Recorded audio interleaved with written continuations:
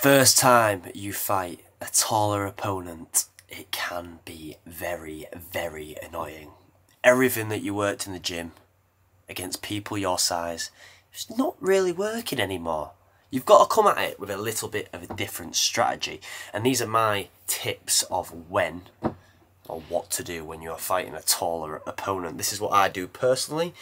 And first off, we don't want to play their game. If you're keeping at range, even if this is normally your game, and you're playing the range game, it's not going to work as well. Because let's say for easy metric purposes, they've got a 12-inch reach on you.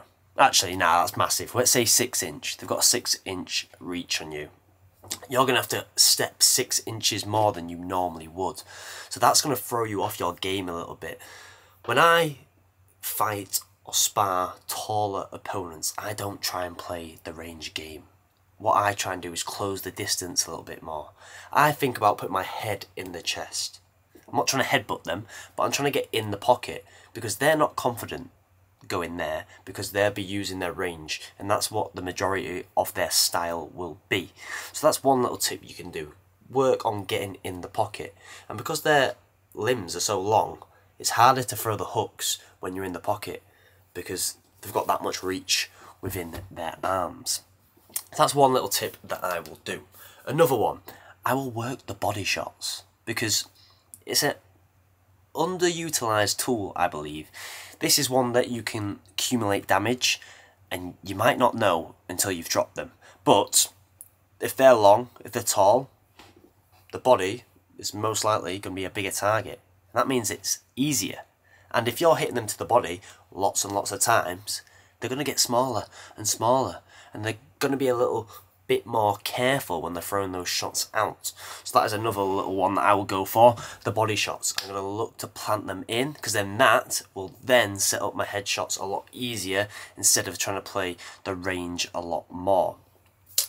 And me personally, I probably do this on everyone, so you might not want to take this as a tip, it's up to you, but I will utilize low kicks or calf kicks, just because that will make their mobility not as good, their balance, their speed, their power, because you get everything from your legs.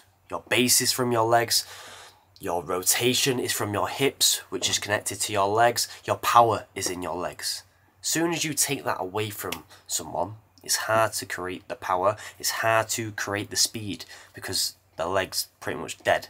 So that is one that I use with everyone, but with longer opponents it does work pretty well, because it helps disturb their balance, and then their shots aren't going to be quite as effective. Next one, head movement.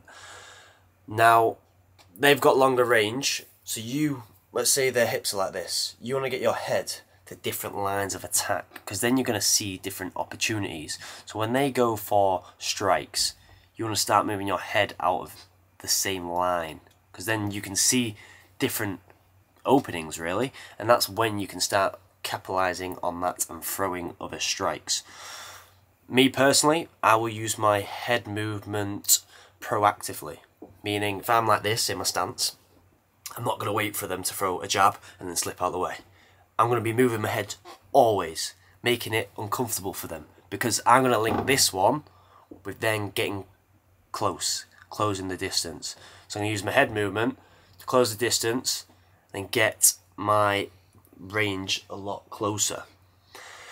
And then linked with that, you can use your head movement to close the distance, and then use your clinch if you wish to close that and control them from there. That all depends if you have strong clinch, but I personally will use that sort of tactic against a taller fighter. Now, if you want to wrestle, if you shoot to their front hip, it's going to be a lot easier for them to sprawl.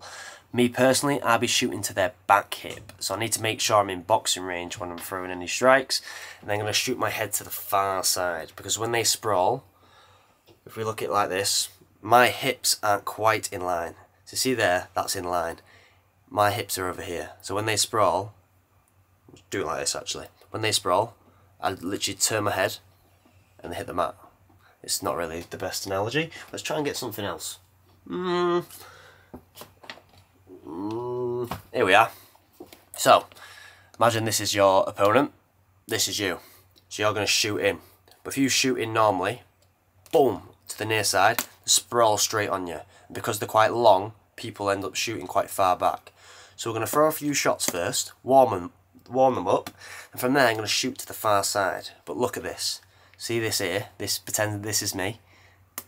I'm going to go on the far side. So when they sprawl, all I've got to do is turn my head in, and then I can take the back. It's a lot more effective when you shoot to the far hip. Don't know why I use them, but it's better than using my hands. They're my top tips for fighting a taller fighter. This particular video, this one's for a guy called Caden. Messaged me today on Instagram and gave me a little bit of inspiration for a little video. So I hope this video in particular helps you out, mates. And that's how we do things around here, because we're built different. And I'll see you tomorrow. Bish, bash, bosh, pow!